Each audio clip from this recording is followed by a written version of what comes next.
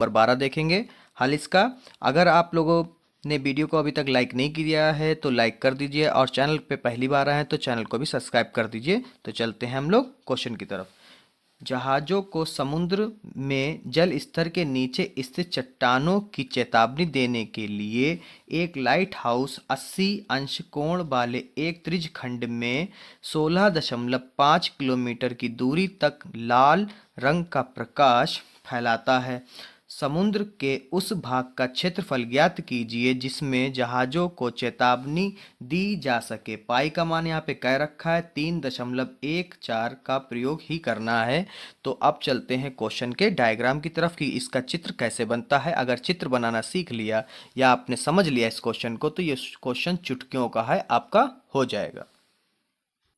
तो चित्र कुछ इस तरह से बनेगा। ये हमारा जो है एक लाइट हाउस है, और इससे जो है ये जहाज़ों को संदेश देगा कि इसके आगे आपको नहीं आना है। ठीक है, यहाँ पे जो है नीचे चट्टाने हैं, ये क्वेश्चन इसमें कह रहा है। और इसमें कह रहा जो इसकी लाल रोशनी निकल रही है जो चेतावनी के लिए इसमें इस्तेमाल किया गया है, तो इसका जो कोण है वो कितना है, ये एक त्रिज्यखंड की तरह है तो हमने त्रिज्यखंड के लिए बना दिया। अब ये है 80 अंश का, कितने का, 80 अंश का। और ये जो जितनी दूर जा रहा है ये कितनी दूर तक फेंकेगा इसको, ये फेंक रहा है 16.5 किलोमीटर तक। ठीक है बच्चों, आशा करता हूँ ये चित्र आपको समझ में आ गया होगा। तो इसी को हम लोग लिख लेते हैं यहाँ पर। तो यहाँ पे जो है हमें त्रिज्या दे रखी है, त्रिज्या यानी आर बराबर दे रखा है 16.5 किलोमीटर, और थीटा दे रखा है बच्चों हमें 80 अंश। अब हम लोग क्या निकालना है, त्रिज्य खंड का क्षेत्रफल। ये पूछ रहा है कि इस कितने इलाके में जहाज को उस भाग, ये पूछ रहा है समुद्र के उस भाग का क्षेत्रफल ज्ञात कीजिए जिसमें जहाजों को चेतावनी दी जा रही है या दी जा सकती है। ठीक है, यहाँ तक इसके बीच में हमें पता लगाना कि जहाज जो है इसके आगे नहीं आ सकता। ये लास्ट पॉइंट है, यहीं तक जहाज आ सकते हैं, इसके आगे आएंगे तो नीचे चट्टान है उसको नुकसान पहुंच सकता है। ठीक है, तो अब लिखते हैं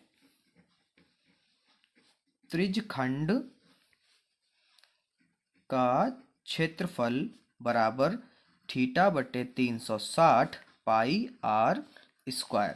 अभी तक जो फार्मूला यूज करते आए वही लगा रहे हैं। ठीक है, ये आर है बच्चों।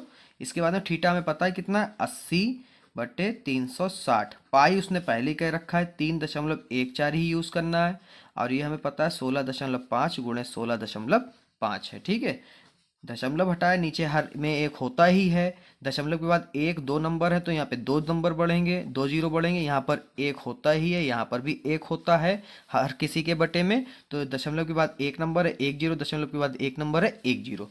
तो अब इसको काटते हैं। तो काटने में गड़बड़ मत करिएगा वरना सारा आंसर गलत हो जाएगा। जीरो से जीरो कट गया तो चक्कू 8, 2 एकम 2 और बचा एक हो गया 16, 2 अट्ठे 16। उसके बाद में 2 दूना 4, 2 नेम 18। अब यहाँ पे कट करते हैं, 2 एकम 2 बचा एक हो गया 11, तो 2 पंजे 10 बचा एक हो गया 14, 2 सत्ते 14, 2 पंजे 10 और जीरो का जीरो।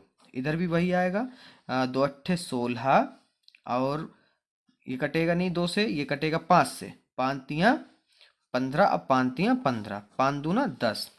फिर इधर भी सेम वही, 5 तियाँ 15 बचा एक हो गया 15, फिर 5 तियाँ 15, फिर 5 दूनी 10। अब 2 से 2 कट गया।